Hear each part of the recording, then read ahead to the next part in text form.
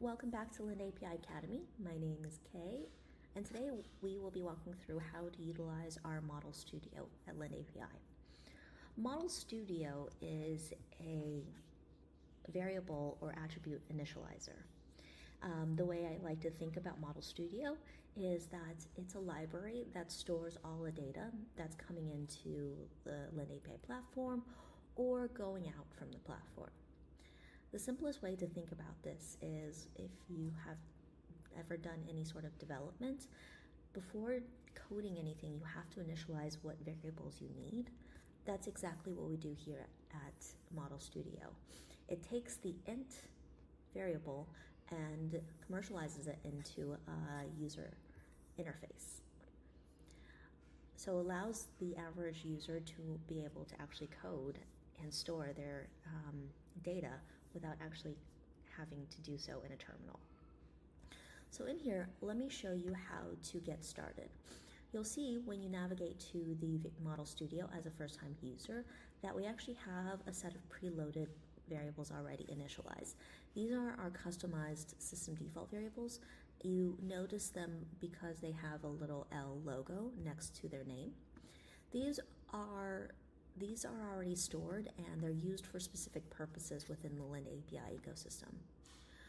To utilize these variables, since they are already set in place, you can see what type of variable they are next to the source and underneath the data type. So for example, first underscore name is actually a user input first name. The source is a user input, meaning that it is a field that the user can interact with to type in their first name. And the data type that it's stored under is a string, which is an alphanumeric variable. And next to it, the status itself is active. You'll also see an edit button here that shows you the variable details. Once a variable is created, there are limited edit functionality that you can do to this variable. The only thing you can do for this is to update the display type of this variable. But once a variable is created, we do limit the amount that you can actually change due to some refactoring issues. So with that, you'll be able to actually utilize any of our system default variables when interacting or building out your platform. But for today, I want to show you how to create your own variables in Model Studio. To start, you would click the plus variable button here. And once you click that button, it'll take you to a modal that showcases 3 different types of variables that you can create. The most common one we use is what we call a user input variable. This is the variable that allows the user to interact with. So you can think of it as an input field, a collection field, anything that you need to collect from the end user itself. So here, let's take, for example, I need to collect income from the user as part of my loan origination system. What I'll do here is I will create the variable by typing in the name of the variable. This name will default pop up when you drag this variable into your product studio, but if you ever do need to change it, you can do so directly in product studio. Underneath it, I will put in our variable code. The variable code is very specific to the LendAPI ecosystem because you'll see if I try to recreate a variable code that's already existing, it will tell you that this variable is already existing. Each variable has to have its own unique code. So when you are typing in the variable code, please be sure it's unique for each variable because once you type it in, you cannot change it. One thing to also note is that we have very specific characters. For the variable code, it has to be alphanumeric, it has to all be lowercase, and it cannot contain any spaces or special characters. The reason for this is because it is utilized to store data. And then finally, the last few fields we have are to encourage the variable type. What kind of variable is this?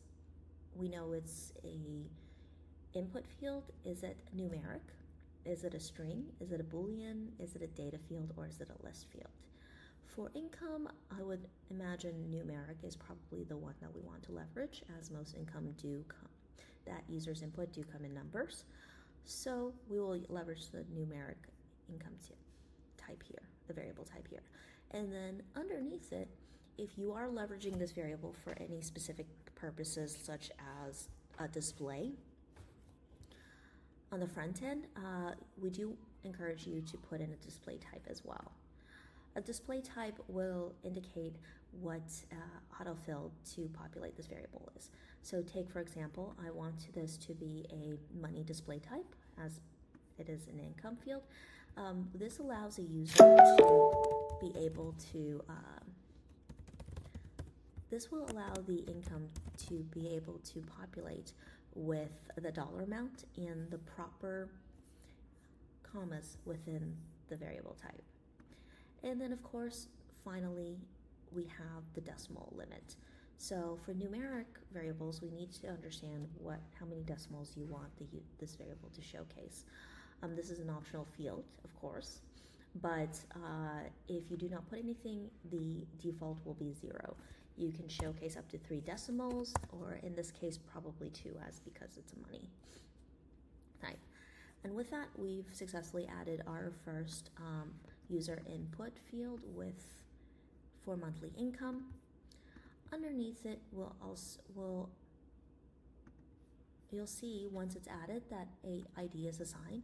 This ID is specific to LendAPI. This allows us to understand what's the unique variable type and how to retrieve it.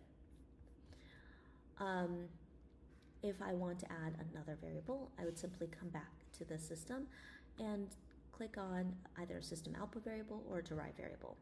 A system output variable is a system variable that is spit out by the LendAPI system. So you can think of the user inputs as inputs by the third party or an end user, whereas a system output variable is what the LendAPI platform spits out. So here you can also assign variables to spit out things like APR, interest rates, terms are very common system output variables that you see.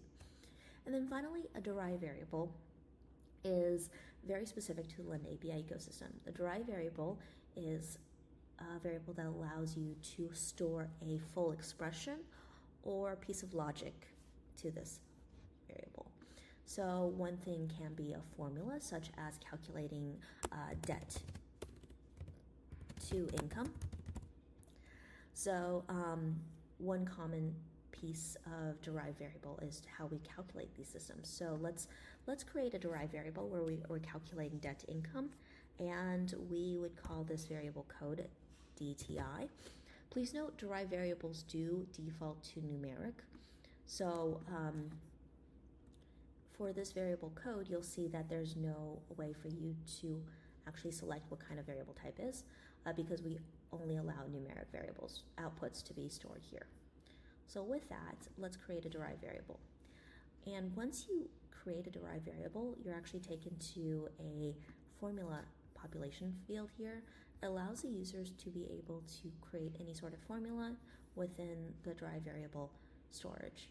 So if you are not sure how to create your formula, we do actually have a list of expressions here that will take you to all of the different variations you can create and leverage within derived variable. It can be as simple as a arithmetic formula such as plus, minus, divide, or it can be as complex as a linear regression formula. So with that, you'll see there's a lot of different variations you can use and play around with. This makes your overall platform a lot more user-friendly. So for this, we are going to create a debt-to-income ratio, which means that we need to have our monthly expenses with our monthly income. Luckily, we already created a monthly income variable, so let's go back and create the same thing for monthly expenses. We're going to ask this to be a user input, and we're going to put this as expense into our user input, and then we are going to name this as monthly expense. Underneath that, we're going to create this variable as numeric and put this as money type and limit this as decimal. With that, now we have all the attributes we need to actually create our DTI. So let's go back to edit this expression. In here, you'll see that I have the capability here to add any sort of internal variables, such as user input or system output variables, to be leveraged to calculate our formula.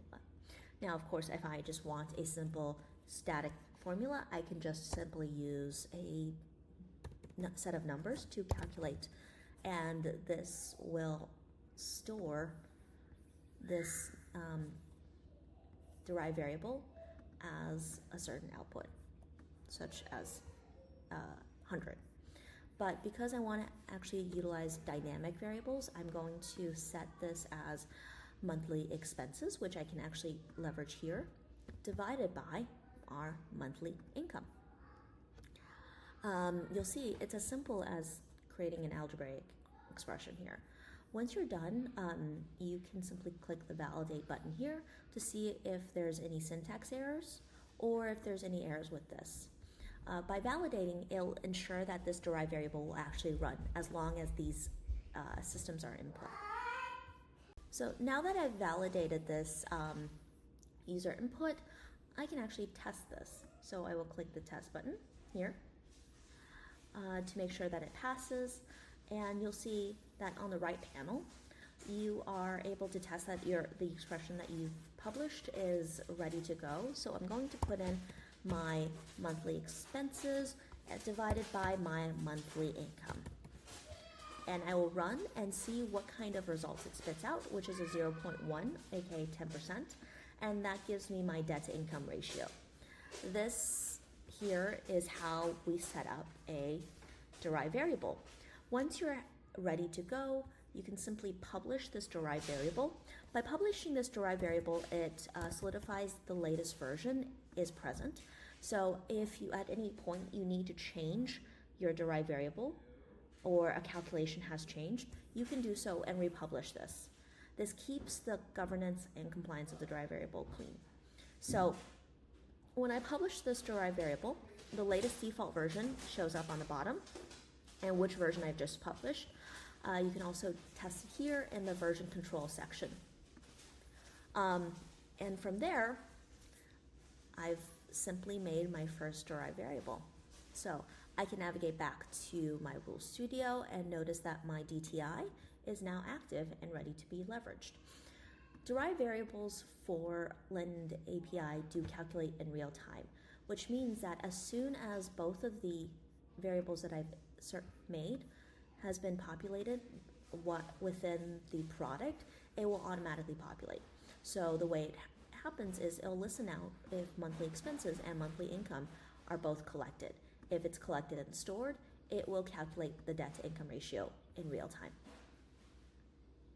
So with that, this ends our video for our Model Studio series. Please come back and subscribe for more LendAPI Academy videos.